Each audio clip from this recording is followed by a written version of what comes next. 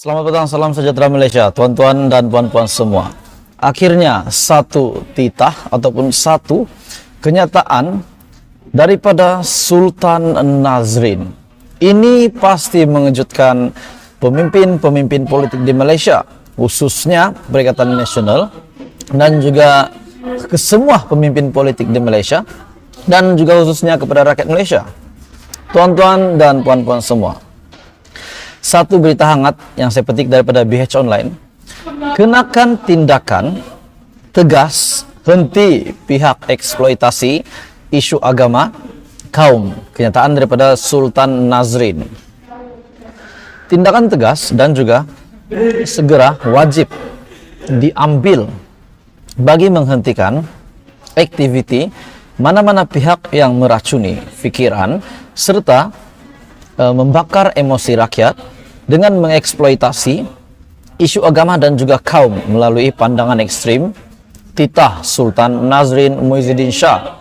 Tuan-tuan dan puan semua, kenapa tadi saya cakap tentang ini titah daripada Sultan Nazrin ini mengejutkan pemimpin dalam Perikatan Nasional. Seperti yang kita tahu, Presiden PAS Hadi Awang, di mana ada yang mendakwa bahwa Hadi Awang ini menunggang agama, menggunakan undang-undang agama demi kepentingan politik diri sendiri. Oke, tuan-tuan dan puan semua, saya tidak mengiyakan itu, tetapi saya juga tidak menafikan benda itu, sebab mungkin ada yang lebih tahu tentang perkara ini, yang lebih arif. Tetapi bagi saya, untuk menggunakan agama di dalam politik itu sesuatu yang tidak baik. Jadi tuan-tuan dan puan semua, kita ini di Malaysia, kita berbilang bangsa, agama, dan kaum, dan budaya. Kenapa nak gunakan agama di dalam politik? Tetapi tuan-tuan dan puan semua, kenapa saya cakap titah daripada Sultan Nazrin ini mengejutkan Hadi Awang dan juga Muhyiddin Yassin? Sebab kita ini sangat-sangat kalau Inggris very powerful. Titah daripada Sultan Nazrin ini sangat gempar, sangat mempunyai satu elemen yang betul-betul kuat, di mana kenakan tindakan tegas, henti pihak eksploitasi isu agama dan juga kaum. Titah daripada Sultan Nazrin. Tuan-tuan dan puan semua, baginda bertitah segala bentuk ancaman dan juga cabaran yang boleh mencetus pertelingkahan antara kaum, agama dan juga ideologi politik hendaklah diuruskan dengan berhikmah dan bijaksana agar penyelesaian jangka panjang berjaya diolah dan juga dicapai. Bumi ini tidak boleh dibenarkan untuk disemai dengan rumpai-rumpai beracun yang boleh membunuh pohon perpaduan. Langit di negeri ini jangan sama sekali dibenarkan untuk diselubungi awan-awan berasid yang akan menghujani bumi dengan fahaman ekstremis berlandaskan perkauman dan juga berpaksikan agama. Titah Sultan Nazrin, titah baginda. Sultan Nazrin yang juga bertitah demikian pada istiadat pembukaan rasmi tahun pertama Dewan Negeri Perak ke-15 di Dewan Negeri, bangunan Perak Darul Rizwan. Turut berangkat pada istiadat itu Raja Permaisuri Perak Tuanku Zara Salim.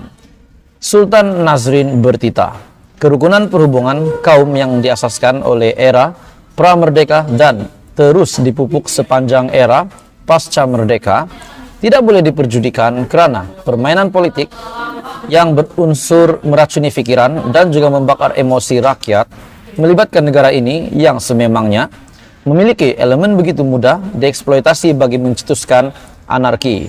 Titah baginda, banyak negara di dunia berakhir dengan perang saudara kerana rakyatnya memilih untuk berbala atas faktor perbezaan kasta, kaum, warna kulit dan juga agama. Dan kita khawatir itu berlaku di Malaysia. Sebab kita tahu Malaysia ini negara yang penuh dengan kekayaan kaum, budaya, agama dan bangsa, dan kita kena pelihara itu, dan itulah keunikan Malaysia.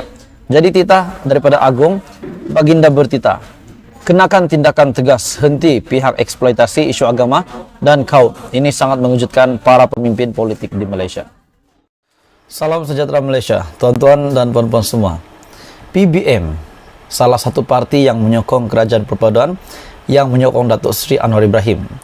Presidennya Larry telah membuat satu kenyataan setelah menteri dan timbalan menteri diumumkan dan tidak ada wakil daripada PBM.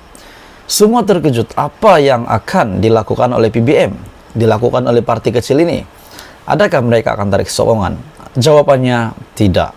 Walaupun mereka tiada dalam kabinet kerajaan perpaduan, senarai menteri dan juga timbalan menteri tiada yang diambil daripada PBM, namun presidennya Larry tetap menegaskan, tetap menyatakan sokongan beliau kepada Datuk Seri Anwar Ibrahim. Berita hari ini, satu kejutan daripada PBM, di mana PBM telah menarik balik penggantungan 2 AMT ataupun ahli majlis tertinggi. Sebelum saya meneruskan, saya meminta jasa baik kamu, tuan-tuan dan puan-puan semua, untuk bantu channel ini, kembangkan lagi channel ini, supaya kamu tidak terlepas perkembangan politik daripada channel ini. Parti Bangsa Malaysia, PBM, telah mengembalikan keanggotaan 2 AMT parti itu yang digantung sebelum PRU 15. Dan keputusan ini dibuat dalam mesyuarat khas parti itu pada Sabtu lalu. Pengerusi PBM, Datuk Larry, menerusi satu hantaran di Facebook pada Ahad telah menetapkan untuk menarik balik penggantungan keahlian serta mengembalikan jawatan 2 ahli AMT berkenaan telah dipersetujui oleh anggota yang hadir. Saya berfikir tuan-tuan dan puan-puan semua, kenapa hanya 2 saja yang telah dikembalikan jawatan mereka? Kenapa hanya 2 ini, di mana penggantungan kepada mereka berdua ini telah ditarik balik? Makna kata mereka boleh bekerja semula seperti biasa. Bagaimana dengan Zuraidah Kamarudin yang juga turut tertimpa nasib yang sama? Pada Sabtu, beliau mengadakan perbincangan bermakna dengan 2 AMT PBM, yaitu Datuk Chua Lian Chi dan Munira Abu Bakar yang sebelum ini digantung tugas sebelum PRU bersama jawatan kuasa disiplin parti. Pertemuan berlangsung selama 1,5 jam dan akhirnya telah diputuskan bahawa penggantungan mereka akan ditarik balik dan jawatan mereka dikembalikan semula. Manakala baki 10 lagi AMT yang masih digantung keahliannya dan tidak hadir pada mesyuarat tersebut perlu memberikan surat tunjuk sebab. Ujarnya, sekiranya gagal berbuat demikian dalam tempo seminggu, maka mereka bakal dilucutkan jawatan ataupun keahlian parti secara serta-merta. Namun, bagi mereka yang membalas surat berkenaan, nasib mereka bakal ditentukan oleh jawatan kuasa disiplin sebelum penghujung tahun. Dan sebelum PRU 15, beberapa ahli PBM telah digantung keahlian berikutan masalah perebutan kuasa dalam PBM pada akhir bulan Oktober. Antara yang terlibat termasuklah bekas ahli Parlimen Ampang Datuk Zuraidah Kamarudin, Dr. Daroya Alwi dan juga Dr. Satish Kumar Govindaraju. Jadi apa komen Anda berita hari ini? Di mana Zuraidah Kamarudin masih lagi menjalankan penggantungannya sebagai ahli di dalam PBM. Dan perkara ini berlaku ekoran daripada masalah perebutan kuasa di dalam PBM yang berlaku pada akhir bulan Oktober tahun ini. Jadi berita hari ini tuan-tuan dan puan-puan semua, PBM menarik balik penggantungan 2 ahli majelis tertinggi PBM.